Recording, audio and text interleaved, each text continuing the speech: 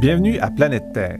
Chaque semaine, en votre compagnie, nous avons l'ambition d'éclairer les bouleversements internationaux et de discuter des tendances qui se dessinent sous nos yeux en faisant appel aux chercheurs du Cerium et à leurs invités. Notre émission se décline en 3 parties. D'abord, notre segment Derrière le bruit, qui aborde un sujet qui nous est dicté par l'actualité. Cette fois-ci, nous parlerons de la Russie et de son bras de fer avec l'Ukraine, avec le politologue Frédéric Meyran.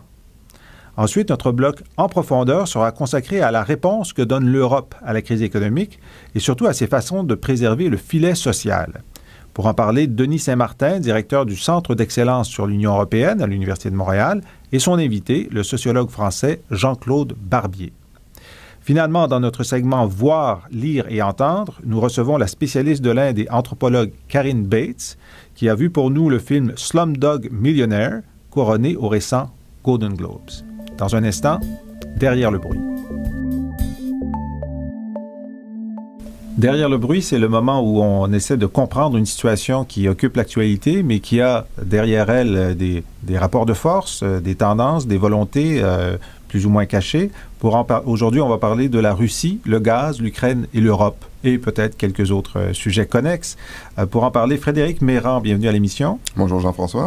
Vous êtes professeur au département de sciences politiques de l'Université de Montréal. Vous êtes membre, entre autres, du GERSI, le groupe d'études et de recherche sur la sécurité internationale. Votre dernier ouvrage paru, European Defense Policy, c'est votre spécialité, la politique de défense européenne, Beyond the Nation State, et c'était publié l'an dernier à l'Oxford University Press. Alors, bravo pour cette publication à Oxford. Alors, comme vous savez, il y a de la politique dans le gaz entre la Russie, l'Ukraine et l'Europe. Les robinets s'ouvrent et se ferment depuis plusieurs semaines, mais derrière ce bras de fer se profile une politique de puissance. Alors, la politique, c'est une volonté, un appétit, en tout cas de contrôle des approvisionnements gaziers de l'Europe, et la puissance, c'est la Russie. Est-ce qu'on est en face d'une stratégie russe pour occuper plus de place dans cet approvisionnement? Je pense qu'il faut revenir au problème originel, qui est un vrai problème. Pendant des années, la Russie a fourni ses amis en gaz à des tarifs préférentiels. Ses amis des pays d'Europe de l'Est? Les anciennes républiques soviétiques, pour l'essentiel. Et elle continue à le faire. Mais un pays comme l'Ukraine, depuis 2004, depuis la révolution orange, n'est plus un ami. Et donc, la Russie a décidé de ne plus offrir ses tarifs préférentiels. Donc, de doubler les tarifs. Elle veut doubler les tarifs, c'est-à-dire qu'elle veut vendre le gaz au prix du marché. L'Ukraine, évidemment, se dit prête à payer les prix du marché éventuellement, mais accuse la Russie de vouloir faire pression sur son système politique. Donc ça, c'est le problème de base qu'il faut garder à l'esprit. Il y a un autre problème qui est aussi... qui rend la chose illisible, c'est le fait que le commerce du gaz, ce n'est pas comme le commerce des céréales ou des voitures, c'est un commerce particulièrement opaque, dirigé par des entreprises qui sont souvent très proches de l'État en Ukraine comme en Russie, avec des intermédiaires qui sont souvent basés dans des pays dont on n'a jamais entendu parler. Les États financiers n'existent pas. Et donc, c'est très difficile de comprendre exactement ce qui se passe. Donc, ça, c'est le contexte auquel on fait face aujourd'hui. Évidemment, les Russes ne disent pas vouloir imposer une politique de puissance. Ils disent simplement vouloir obtenir le prix du marché. Chez les Ukrainiens, on peut déjà se poser des questions sur la proximité du président Yushchenko et de la première ministre Yulia Tymoshenko de l'industrie gazière ukrainienne. On sait que Tymoshenko, par exemple, a fait sa fortune personnelle dans l'industrie gazière. Donc, il y a des éléments qui dépassent... C'est intéressant, alors qu'en Russie, le président actuel est l'ancien dirigeant de Gazprom, qui est l'énorme entreprise gazière. Dans les deux cas, en Ukraine comme en Russie, l'industrie du gaz, c'est un État dans l'État. Et donc ça ajoute au problème. Et puis, finalement, si on veut comprendre la situation actuelle, c'est pas très compliqué. Les Russes ont dit aux Ukrainiens, si vous ne voulez pas payer le gaz au tarif que nous demandons, on va simplement fermer les valves, on va vous couper le gaz.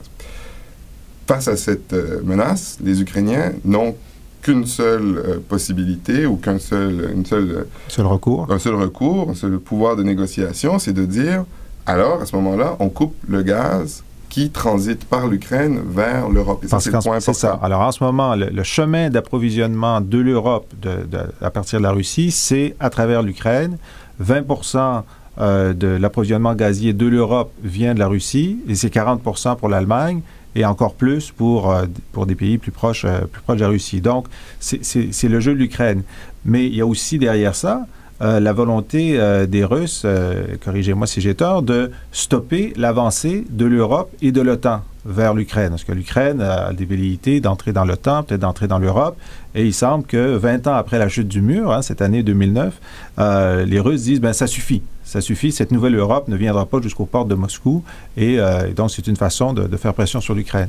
C'est sûr que ce n'est pas une coïncidence que les deux pays avec lesquels la Russie a eu des problèmes au cours de l'année 2008, ce sont la Géorgie et l'Ukraine. Ce sont deux pays qui ont déclaré leur intention de se joindre à l'OTAN. Et la Russie estime qu'elle a été flouée dans les années 90 avec l'élargissement de l'OTAN aux pays d'Europe de l'Est, qui étaient ses anciens satellites, et qu'elle va mettre un terme à cet élargissement. Et je pense que l'avis général aujourd'hui est que l'élargissement de l'OTAN à l'Ukraine et la Géorgie n'est pas de sitôt. D'une certaine manière, la Russie a déjà gagné. Elle a déjà réussi à rendre cette possibilité trop menaçante pour les Européens de l'Ouest. Bon, par exemple, une vision de plusieurs de vos collègues américains ou de la diplomatie américaine, c'est de dire, voilà, parce que la Russie approvisionne 40 de l'Allemagne en gaz, l'Allemagne, maintenant, n'est plus vraiment favorable à l'entrée de l'Ukraine et de la Géorgie dans l'OTAN. C'est la preuve qu'avec cet approvisionnement d'énergie, donc c'est un peu le nerf de la guerre aujourd'hui, la Russie a réussi à neutraliser l'Allemagne, à la finlandiser, comme on disait de la Finlande, qui, à cause de sa proximité avec l'Union soviétique,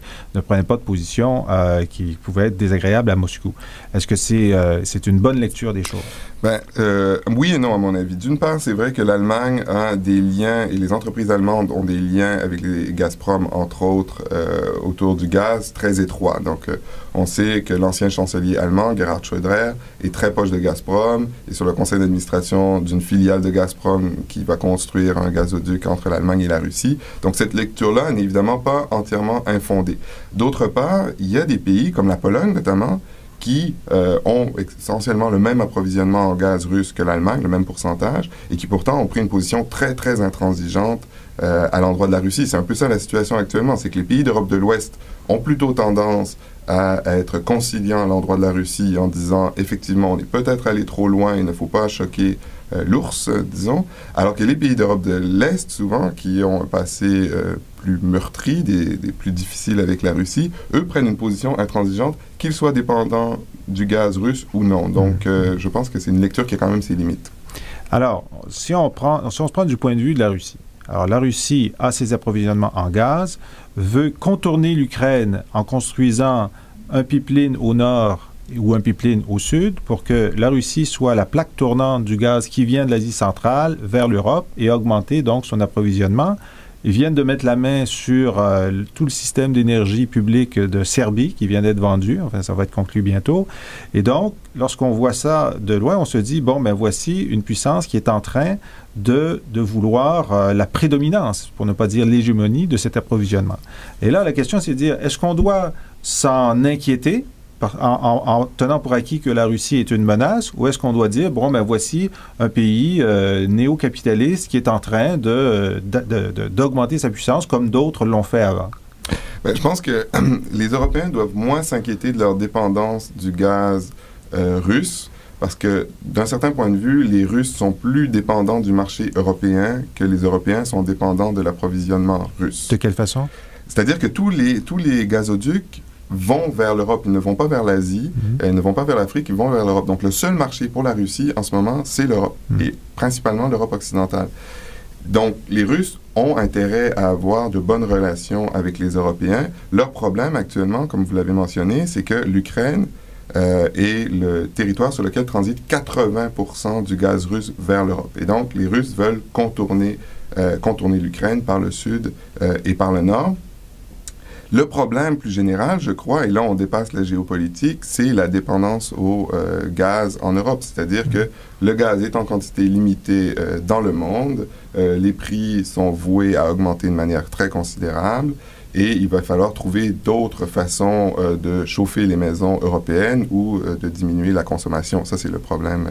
Et de plus en plus, on voit que les Européens se dirigent vers cette solution comme la seule pouvant les éloigner de la menace russe. Alors, les Américains ont une autre idée. Ils se disent, bon, ben, on ne veut pas que les Russes soient la plaque tournante du gaz dans toute la région, depuis l'Asie centrale jusqu'à l'Europe.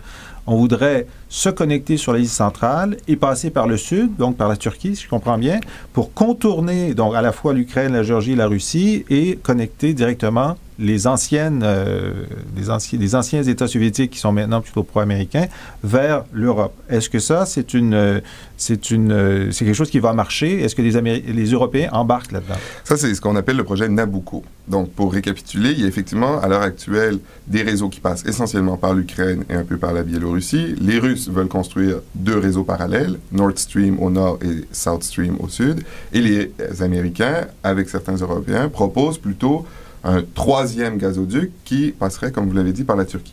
Le problème, c'est que, premièrement, construire un gazoduc, ça prend au moins une dizaine d'années. Vous passez par des pays, des territoires très dangereux, ça coûte des centaines de milliards de dollars. Ça, c'est le premier problème. Le deuxième problème... Des centaines de milliards. Si vous voulez construire tous les gazoducs, oui, ce sont des investissements considérables. L'autre problème, c'est évidemment qu'il n'y a pas suffisamment de gaz pour approvisionner ces 3 gazoducs. Et donc, en ce moment, il n'y a pas suffisamment d'investisseurs qui sont prêts à parier sur Nabucco, South Stream ou Nord Stream. Donc, ces 3 projets sont un peu branle dans le manche. Est-ce qu'il y en a qui sont en construction? Je pense qu'ils en sont à l'étape des projets avancés, mais on ne peut pas s'attendre à ce que ce soit des projets qui soient prêts dans les 2 ou 3 prochaines années. Donc, c'est vraiment à long terme. Alors, on parlait tout à l'heure de Gerhard Schröder, l'ancien chancelier allemand, qui maintenant donc, travaille sur le projet Nord Stream, donc le projet russe, et qui avait, lorsqu'il était chancelier, donc quelques semaines avant son départ, donné une subvention à l'entreprise qui fait ça. Est-ce que ça ne fait pas scandale en Allemagne? Schröder a effectivement beaucoup terni sa réputation avec cette histoire parce qu'on l'a accusé d'avoir fait du favoritisme. Lui-même a toujours été relativement proche de Poutine, donc se défend en disant qu'il pensait que c'était dans l'intérêt de l'Allemagne justement de ne plus être dépendante de pays comme l'Ukraine ou la Pologne où passerait le gaz. Et effectivement, je pense que ça a terni sa réputation. Mais l'ironie, c'est que Merkel a défendu Schröder. Ah oui? Donc, elle a confirmé les prêts garantis qui avaient été concédés notamment à ce projet. Alors, l'an dernier, 2008, c'était une année de très grande affirmation de la puissance russe, notamment parce que les rentrées, les rentrées budgétaires et fiscales venant du pétrole étaient considérables, le pétrole étant à des niveaux records, et on a vu une nouvelle agressivité russe aussi, la progression de l'économie russe en général, 7-8% ces dernières années était considérable. Bon, cette année, ce n'est plus le cas. Au moment où on se parle, le baril de pétrole frôle les $30 le baril, alors des bas... pas historique, parce qu'on n'a pas la mémoire longue, on a vécu ça il y a quelques années, mais quand même qui déjoue les plans de beaucoup de puissance pétrolière. Et puis, bon, ben le gaz n'est plus ce qu'il était. Alors, est-ce qu'on entre dans une phase peut-être courte, mais en tout cas réelle, d'affaiblissement de la puissance russe? Moi, je pense que le principal problème, c'est que la Russie est probablement plus menaçante quand elle est faible que quand elle est forte. Pourquoi? Parce que quand elle est forte, elle affirme sa zone d'influence en disant aux Occidentaux, l'Ukraine, la Géorgie, le Caucase, c'est chez nous, ne vous aventurez pas dans ces régions. Lorsqu'elle est faible, comme elle était dans les années 90, elle s'aventure dans des opérations qui sont autrement plus douteuses. On pense notamment à la répression très violente, très brutale de la Tchétchénie, qui n'a strictement rien à voir avec des histoires de querelles gazières. Donc, je pense que ce n'est pas à notre avantage, en tant qu'Occidentaux, en tout cas, que la Russie soit affaiblie. Même si vous avez raison de dire en ce moment, elle souffre énormément du fait que sa production de gaz ne peut pas être acheminée vers l'Europe. Elle a perdu probablement plusieurs dizaines de millions, voire des centaines de millions d'euros avec cette histoire. Alors, on sait que la Russie n'est pas membre de l'OPEP, même si c'est un grand producteur pétrolier, mais elle semble vouloir organiser un genre d'OPEP gazier. Est-ce que ça a des chances de fonctionner? Honnêtement, je ne le sais pas. Déjà, on pourrait se poser la question si l'OPEP fonctionne vraiment. Oui, tout à fait. Il semble y avoir quand même un élément de posture un peu symbolique. À l'heure actuelle, on ne voit pas vraiment quels sont les intérêts communs entre l'Algérie, la Norvège et la Russie, qui sont les principaux producteurs gaziers dans cette région-là, ou même avec l'Asie centrale. Ou avec l'Alberta. Ou avec l'Alberta, oui. Ou la Nouvelle-Écosse. Alors, Frédéric Mérand, je rappelle que vous êtes politologue à l'Université de Montréal. Votre dernier ouvrage paru, European Defense Policy, Beyond the Nation State, à l'Oxford University Press. On vous a demandé de choisir une plage musicale qui aurait un lien avec notre propos. Qu'avez-vous choisi et pourquoi? Alors, j'ai choisi, ce sera original, j'imagine, pour cette émission, un groupe de musique industrielle slovène. Qu'est-ce que c'est de la musique industrielle? Vous allez le voir, qui s'appelle Laibach et qui, dans son dernier disque, reprend les hymnes nationaux de différents pays d'Europe ou du monde, la Chine, les États-Unis, et essaie d'en accentuer le côté, le patriotisme un peu déplacé. Alors, on écoute ça avec intérêt. Merci, Frédéric. Et on écoute Rossiya de Laibach. United forever in vast, endless space, created in struggle by unhappy race, where sunrise of freedom were frozen in ice. United forever in great Russia's embrace, from the Arctic Circle to the southern seas, deserted forests, never-ending steppes, the unbreakable union of fraternal states, united forever in great Russia's embrace.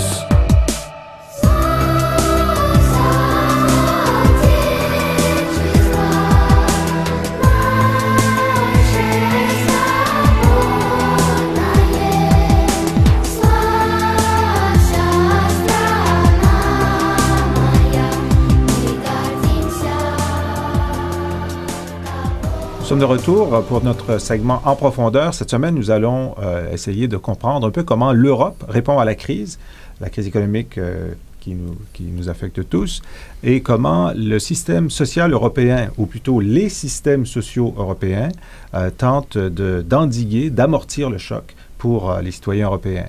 Alors, pour y arriver, nous avons deux invités. D'abord, Jean-Claude Barbier. Vous êtes sociologue, directeur de recherche au CNRS, vous êtes membre du Centre d'économie de la Sorbonne. Votre dernier ouvrage paru est La longue marche vers l'Europe sociale, qui a été paru donc l'an dernier aux presses universitaires de France. Monsieur Barbier, bonjour, bienvenue à l'émission. Bonjour.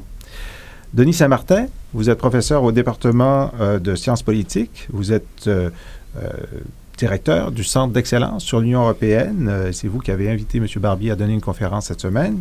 Votre dernier ouvrage paru est Public Ethics and Governance, Standards and Practice in Comparative Perspective. C'était publié au Elsevier Press de Londres. Je crois qu'on en a une copie ici. Je vais la montrer à la caméra pour ceux qui nous écoutent sur le site du Cerium. Et je vous dis bonjour et bienvenue à l'émission.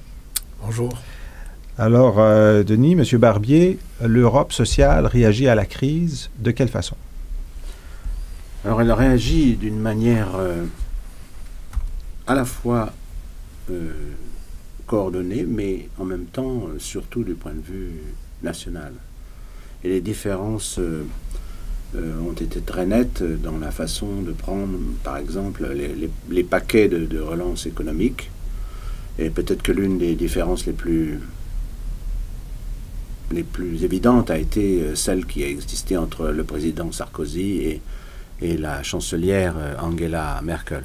On a vu le président français très, très volontariste et Mme Merkel plutôt sur le frein. Voilà. Et dans son propre pays, certaines fractions en Allemagne de la classe politique lui ont reproché. D'autres, au contraire, l'ont soutenu. Et je pense qu'elle a eu un soutien majoritaire, Mme Merkel. Et là, on a un point qui est très important dans la variété des réponses. Ce n'est pas une variété qui est d'aujourd'hui. C'est une variété ancienne. Le principal problème que les Allemands avaient, c'est qu'ils ne voulaient pas se retrouver dans un système dans lequel les banques deviennent dépendantes de l'État. Et ceci est lié avec l'histoire de l'Allemagne. C'est pas la peine de rentrer dans les détails, on n'aurait pas le temps, mais c'est l'histoire de la crise des années 30, où il y a eu l'acquisition dans la classe politique allemande et dans la société allemande d'une espèce d'aversion pour l'inflation, une espèce d'aversion pour la planche à billets. Ça, on se souvient que pendant la crise, la planche à billets donc, roulait énormément et on voyait des paysans allemands à la brouette avec des piles de Deutschmark pour acheter un pain. Voilà. Donc, en quoi est-ce que c'est lié à la participation de l'État à la propriété des banques? Mais parce que, justement, les banques, et c'est aussi plus généralement dans la conception allemande des rapports entre l'économie et la politique sociale, ce qu'on appelle la Sozialmarktwirtschaft, c'est-à-dire l'économie sociale de marché, dans lequel les choses sont bien séparées. Le marché doit fonctionner sans intervention de l'État, et évidemment, l'État social est là pour corriger les imperfections ou pour corriger les conséquences négatives. Alors que le gouvernement français, le gouvernement britannique n'ont eu aucune hésitation à entrer dans le capital des banques qui étaient à risque. Voilà. Mais ça, c'est pour le côté bancaire. J'aimerais qu'on revienne sur les réponses sociales en termes de filet social. Est-ce qu'il y a des modifications qui ont été faites ou des anticipations pour l'augmentation du chômage qu'on prévoit pour l'année qui vient? Alors, ça aussi, ça s'est fait bien sûr au niveau national, mais il y a des points communs. On peut prendre par exemple le fait que, aussi bien en France qu'en Grande-Bretagne, qu'en Italie, on est en train de distribuer des revenus pour les plus pauvres, pour les gens qui sont à l'assistance. Hein. C'est-à-dire en bonifiant les prestations? Voilà, en bonifiant, en anticipant. En Grande-Bretagne, c'est une distribution exceptionnelle qu'a annoncé Gordon Brown. En France, c'est... alors qu'il y a en ce moment une grande réforme du système pour mettre en œuvre une nouvelle prestation qui s'appelle le revenu social de solidarité active, qui doit être mise en œuvre à partir de juillet. Le président et le gouvernement ont décidé de distribuer ces temps-ci, là, à l'instant, à tous les gens potentiellement bénéficiaires de ce futur revenu, une prime. Je ne sais pas exactement vous dire à l'instant de combien elle sera, mais c'est une prime d'urgence. Donc un chèque ou un versement qui sera fait à ces personnes-là, comme en Angleterre le fait Gordon Brown. Voilà, enfin c'est proche. Okay. En Italie, si j'ai bien compris, c'est un système de bons alimentaires ou de bons de dépenses qui vont être donnés à la partie la plus pauvre. Alors en Italie, c'est encore plus innovant d'une certaine manière, parce qu'en Italie, il n'y a pas de système d'assistance. Oui, ça c'est extraordinaire lorsqu'on pense à ça. Donc en Italie, il y a un système pour le chômage, mais qui est assez réduit. Et ensuite, après le chômage, bon, ici, on connaît le système de l'assistance sociale. En France, les RMistes. Voilà. Bon, il y a, un peu partout, il y a ces filets de dernier recours, les minima sociaux. Mais en Italie, vous me dites que après le chômage, il n'y a plus rien. Non.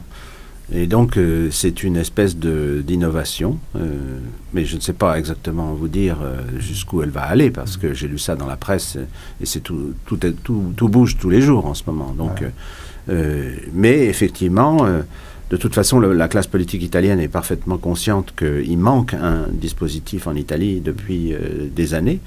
Le gouvernement de Romano Prodi avait essayé de mettre en place. La majorité n'a pas été réunie pour ça. Donc il y a un trou dans la protection sociale, ce qui fait que les gens qui seraient chez nous ou chez vous à l'assistance, ils dépendent d'autres prestations indirectes, comme par exemple des prestations de retraite, ce qu'on appelle pension en italien. Voilà. Alors, il y a des gens qui, au cours des années, ont pris des retraites très tôt. Il y a des gens qui ont pris des retraites très tôt. Et bon, maintenant, les robinets, si on peut parler ainsi, sont fermés. C'est-à-dire, on ne rentre plus dans ces systèmes, mais il y a quand même la grosse majorité, l'immense majorité de la dépense sociale en Italie, c'est les retraites. Maintenant, si on va plus au nord, donc le Danemark, Jeffrey Sachs, le grand économiste américain, il disait, bon, peut-être les États-Unis gagnent la course au PIB, mais ils ne sont peut-être pas dans la bonne course. La bonne course, c'est celle de la qualité de la vie, et le Danemark est toujours cité avec les pays scandinaves, la Norvège, la Suède, la Finlande, comme des exemples de systèmes qui, à la fois économiquement, sont performants, mais qui ont un système de redistribution sociale qui est très fort. Cependant, il est très coûteux. Et au Danemark comme en Suède, pour que ce système fonctionne, il faut que le taux d'emploi soit très élevé, donc le taux de chômage très bas. Si on devait avoir en Europe cette année ou l'an prochain des taux de chômage importants, est-ce que les systèmes scandinaves sont durables? Je pense que... Bon, celui que je connais le mieux, c'est le système danois. Je pense que c'est un système qui a déjà tenu dans le passé, face à des taux élevés de chômage, et notamment des taux élevés de chômage chez les jeunes. Là, je parle des années 90, parce que le Danemark n'a pas toujours été un pays miraculeux comme on le présente souvent désormais. C'est un pays qui a connu une période, comme en Suède d'ailleurs, une période avec des taux au moment où il y avait l'arrivée au pouvoir des sociaux, de la coalition avec les sociaux-démocrates. Il y avait des taux de chômage chez les jeunes de 15-18%. Donc ce qu'on appelle le miracle danois est un phénomène de la fin des années 90 et du début des années 2000. Je pense qu'il a aussi son explication dans l'histoire, mais en tout cas, du point de vue de l'économie immédiate, je crois que c'est... Et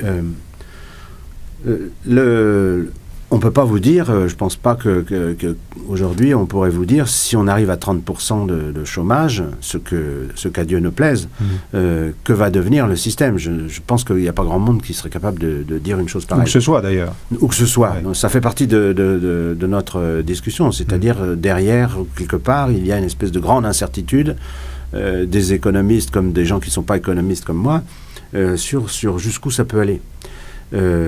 Ce que je sais, c'est que il y a des caractéristiques dans la gestion de la protection sociale au Danemark qui font que ces choses-là sont déjà en prévision. C'est-à-dire les acteurs sociaux sont déjà en train de travailler sur ces choses.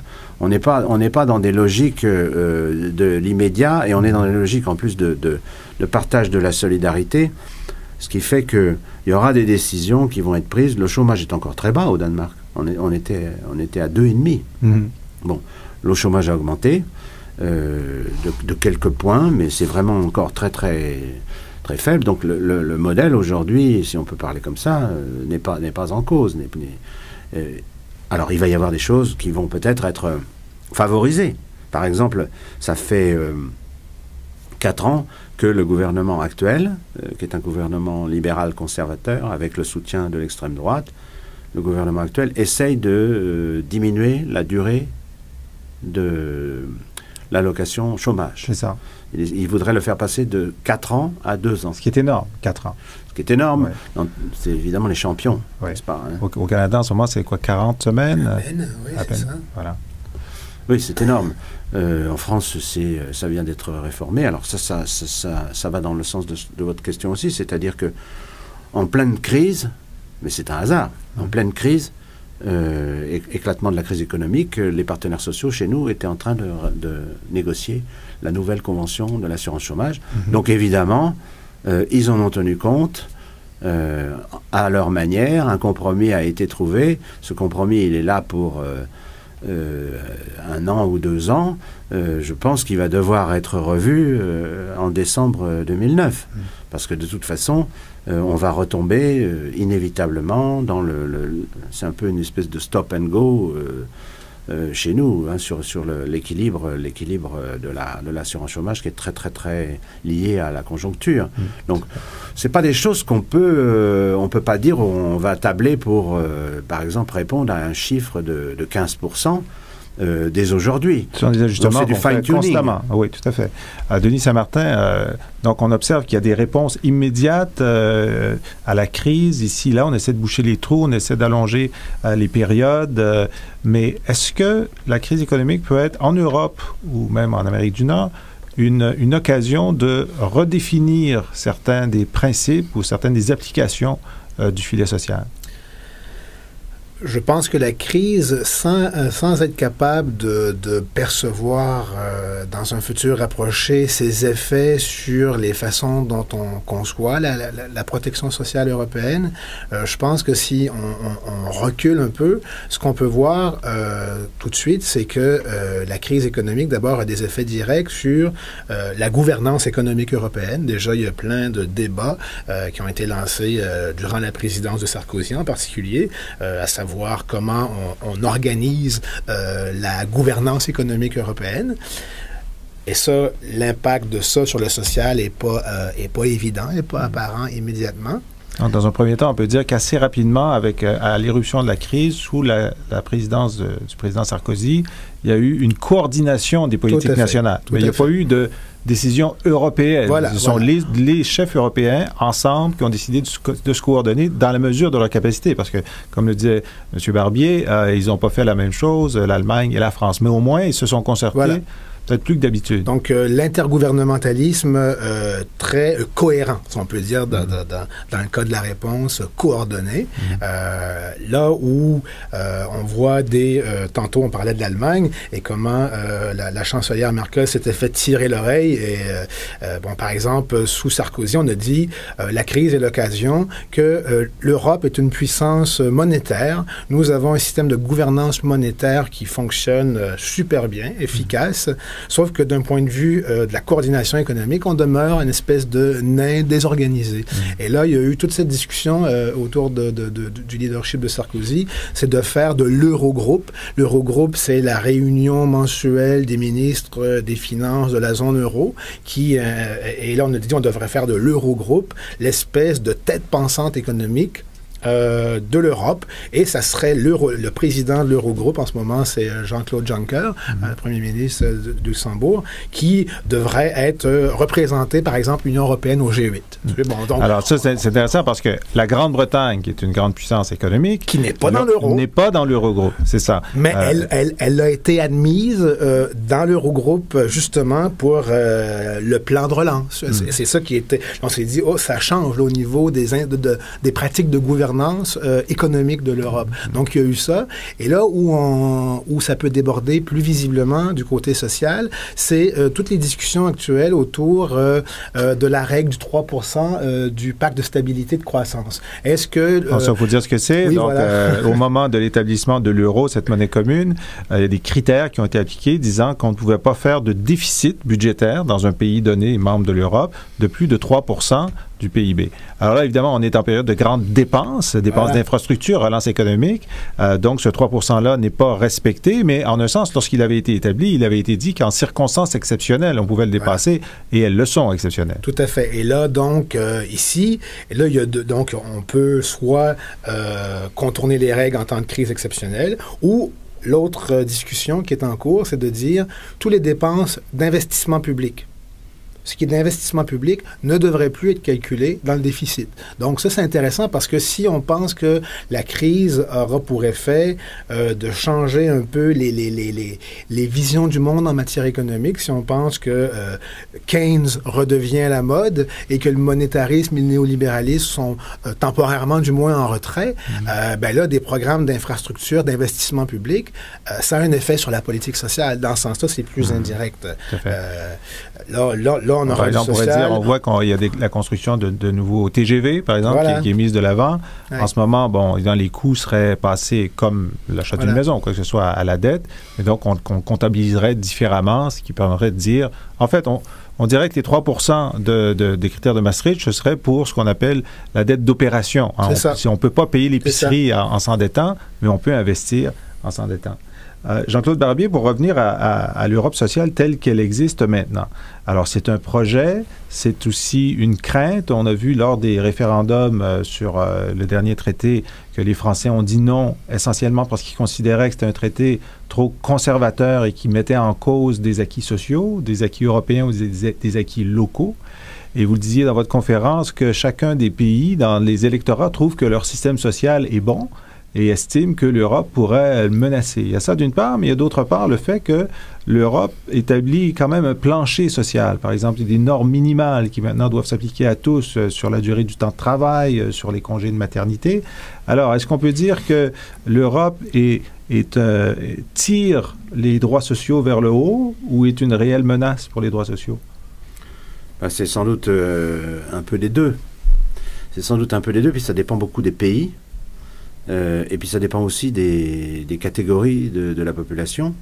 Bon, ça dépend beaucoup des pays parce que vis-à-vis des normes minimales, les pays ne sont pas tous logés à la même enseigne. Il y en a qui sont très au-delà. Il y en a qui sont très au-delà. Oui.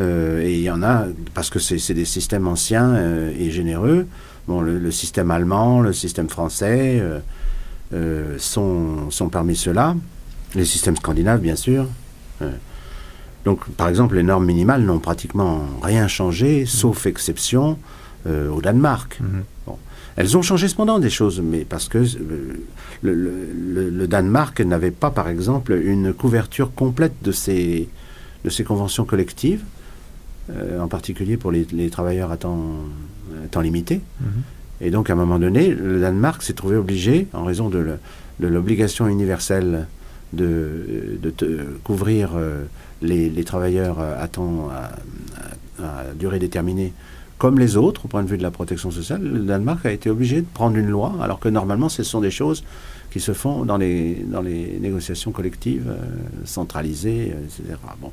Donc il y a aussi quand même des effets, mais ce sont des effets marginaux. C'est ça. Mais de toute façon, l'objectif des normes minimales, c'est de monter le plancher de ceux qui tirent de l'arrière. Voilà. Alors pour eux, ça a eu un impact. Voilà, mais alors pour l'instant, les évaluations que j'ai vues depuis 2004 pour les nouveaux entrants, qui sont eux les anciens pays de l'Est, la Hongrie, la Tchéquie, la Slovaquie. Les évaluations sont extrêmement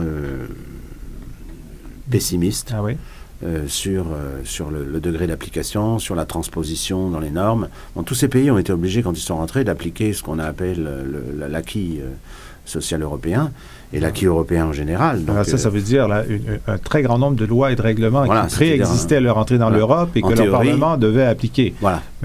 Mais la question de leur application est évidemment une question de mise en pratique est autre chose. Et donc ces pays sont aussi placés de manière inégale par rapport à... Mais pour des pays qui sont là depuis plus longtemps, l'Italie, la Grèce, l'Espagne, par exemple, où la couverture sociale était plus faible, est-ce qu'on peut dire maintenant qu'il y a eu un gain du fait des normes minimales? Il y a eu un gain, mais encore une fois, il faut le dire plutôt par segment, par domaine. Il y a eu un gain en Grèce, en Italie et en France d'ailleurs, sur la question de l'égalité des hommes et des femmes. Des hommes et des femmes, par exemple. Ça c'est clair. C'est-à-dire que certaines normes, par exemple pour les retraites, ont été unifiées. Voilà. Et vous me disiez que... Il y a des programmes qui sont mis en œuvre tous les ans pour diminuer l'écart de salaire homme-femme à un même niveau. Ça ne veut pas dire que l'écart a été résorbé, mais il y a des programmes. Donc c'est mieux que rien si on pense que... Au moins, il y a du travail qui se fait. Il n'y a peut-être pas de résultat, mais il y a du travail. Voilà. Vous me disiez que, par exemple, pour les congés de maternité, on sait qu'en Amérique du Nord, le Québec est le lieu où les congés de maternité, surtout avec les nouvelles lois sur le congé parental, sont les plus généreux. Aux États-Unis, c'est seulement depuis 1998... sous Bill Clinton, que les femmes, les salariées américaines ont le droit à un congé de maternité, point, avec obligation de retour à son emploi après, donc cette protection de ce droit, mais seulement pour les entreprises de 50 travailleurs et plus. Alors, vous voyez que c'est récent et limité, et il n'y a pas de droit au congé de maternité rémunéré. Alors, seulement à peu près 5% des salariées américaines ont ce droit.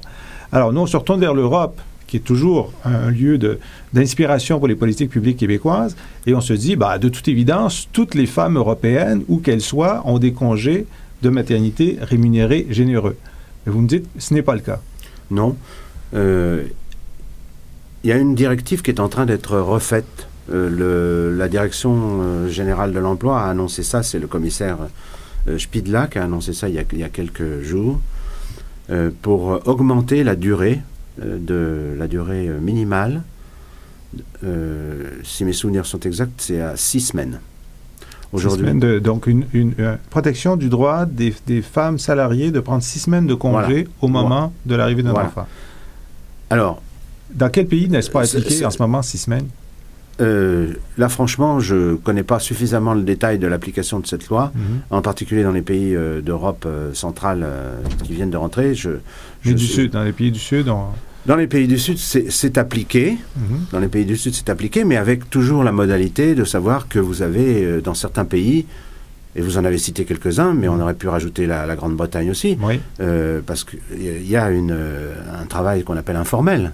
Un travail illégal, un travail informel. Donc, si vous voulez, ça c'est quelque chose sur lequel la Commission européenne a travaillé depuis plusieurs années, et on a montré que les taux de travail informel étaient quand même très élevés, et en particulier pour les personnes les moins qualifiées, et en particulier pour les femmes.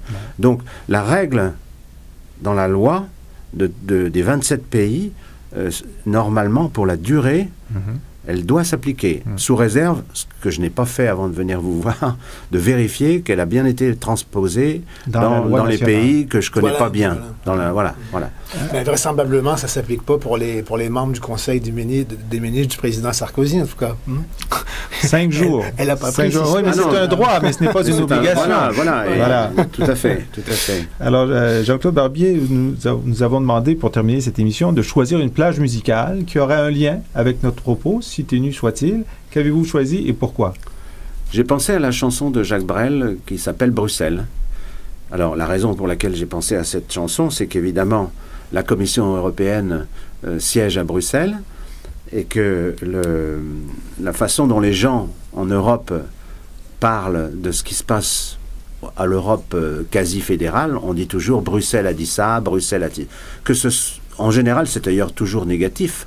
C'est pour reprocher à Bruxelles d'avoir fait quelque chose qu'on n'a pas envie de supporter, n'est-ce pas? C'est la faute à Bruxelles. C'est la faute à Bruxelles. Et puis il y a une autre raison, j'aime beaucoup Jacques Brel, et je trouve que cette chanson est très, très joyeuse, et en même temps, elle illustre la variété de la langue française. Et là, je suppose qu'au Québec, je ne vais pas me faire des ennemis en disant qu'il y a plusieurs façons de parler le français. Nous sommes tous d'accord. Et donc, je pensais que c'était bien aussi, parce que ça représente aussi une époque un petit peu disparue, mais qui est en même temps un témoin de la diversité. La Belgique, c'est pas la France. Jean-Claude Barbier, je rappelle que vous êtes sociologue, directeur de recherche au CNRS. Votre dernier ouvrage paru, La longue marche vers l'Europe sociale. Merci d'avoir été à l'émission. Merci. Denis Saint-Martin, directeur du Centre d'excellence sur l'Union européenne. Merci d'avoir été avec nous. Et nous écoutons Bruxelles par Jacques Brel. C'était au temps où Bruxelles rêvait, c'était au temps du cinéma muet, c'était au temps où Bruxelles chantait, c'était au temps où Bruxelles bruxelait, place de Brouckère, on voyait des vitrines, avec des hommes, des femmes en crinoline, place de Brouckère, on voyait l'omnibus, avec des femmes, des messieurs en gibus, et sur l'impériale, le cœur dans les étoiles. Il y avait mon grand-père, il y avait ma grand-mère. Il était militaire, elle était fonctionnaire. N'y pensez pas, elle pensait rien. Et on voudrait que je sois malin. Ah, c'était au temps Bruxelles rêve.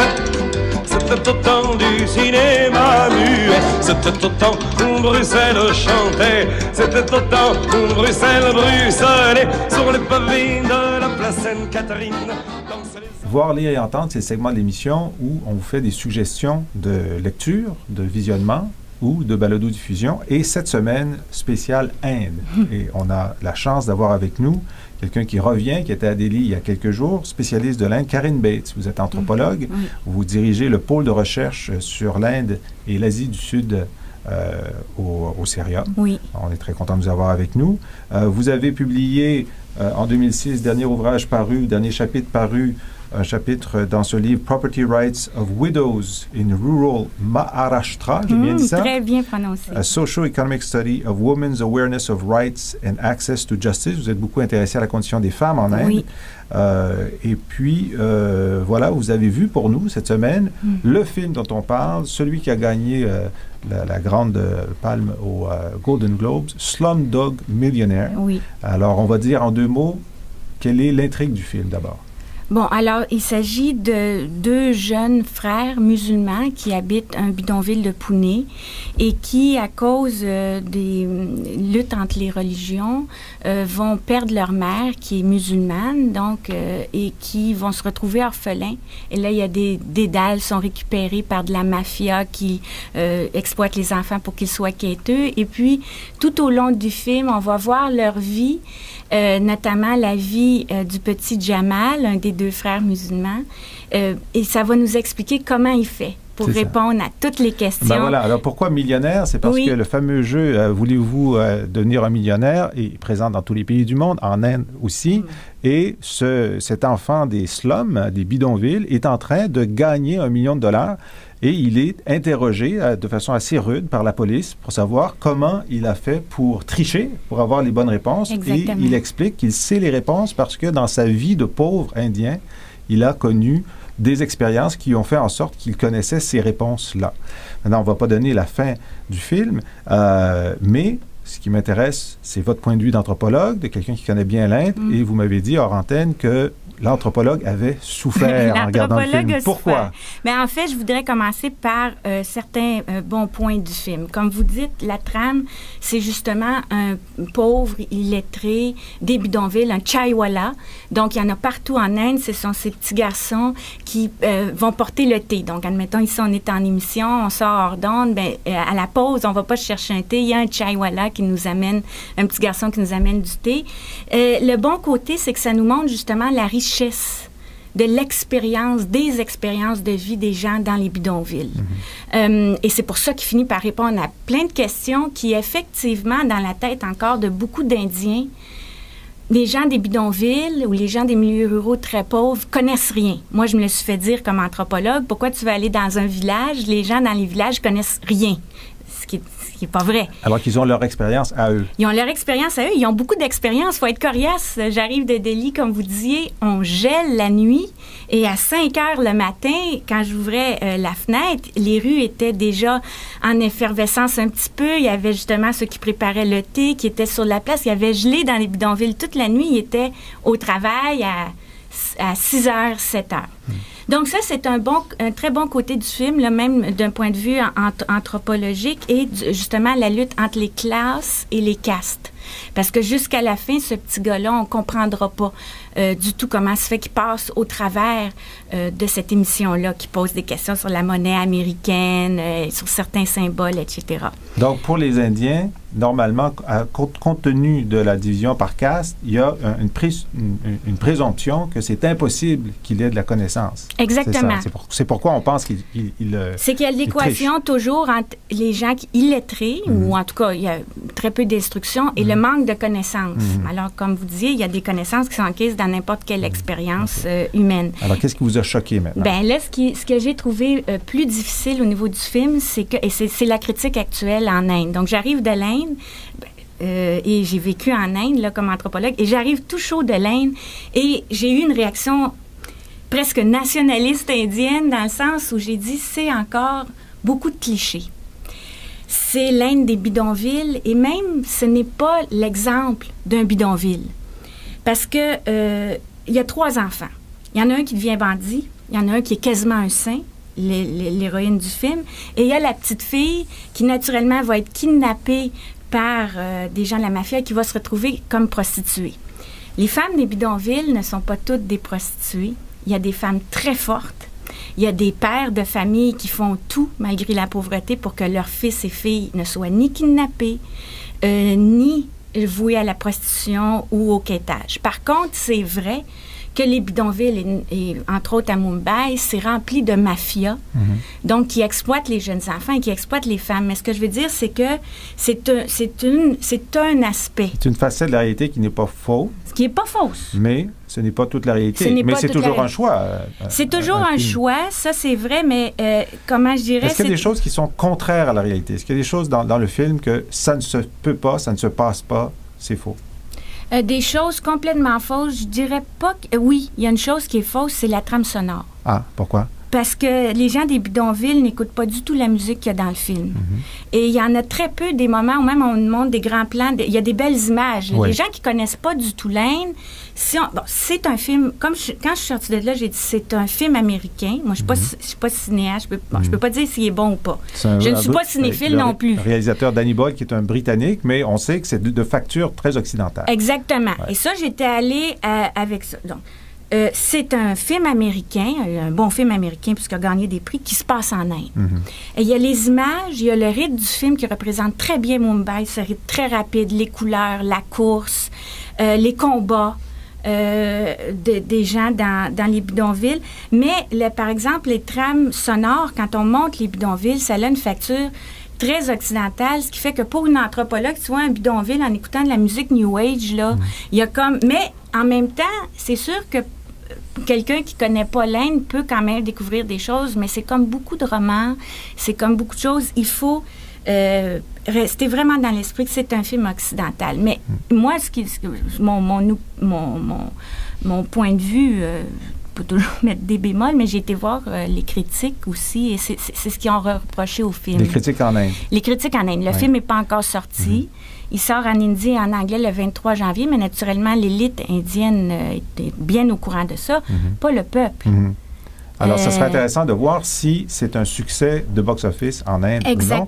Exactement. Les Indiens étant, comme on sait, des grands cinéphiles. Là, on va parler d'autres ouvrages où on a un accès plus général à la réalité indienne. Vous nous suggérez la lecture de L'Inde au miroir du monde, géopolitique, démocratie et développement de 1947 à nos jours. C'est par Christian Bardot. C'était publié en 2007. Pourquoi vous faites cette recommandation? Mais j'ai trouvé que c'était un très bon mélange. D'abord, pour moi qui est chercheur, c'est un petit livre de référence simple, aux statistiques rapides, aux résumés très clairs. Qu'est-ce qu'une caste? Quelles sont les principales religions? Les défis actuels, etc.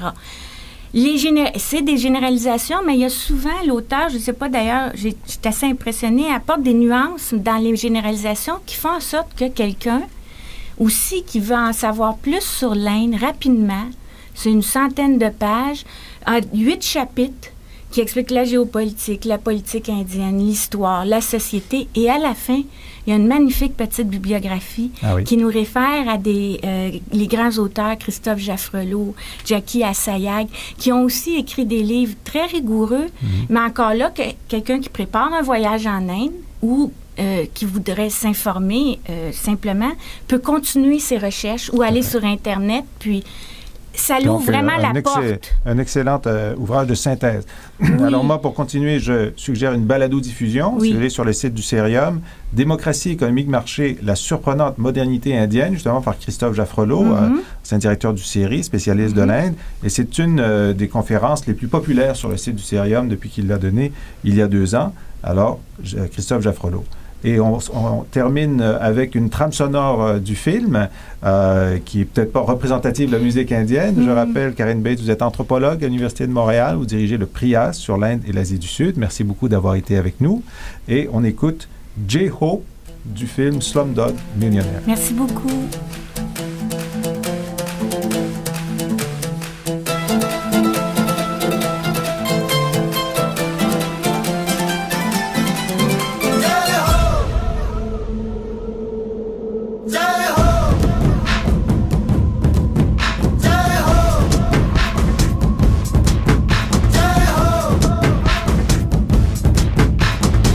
आजा आजा जिंद शामी आने के तले, आजा जरी वाले नीले आसमाने के तले। जय हो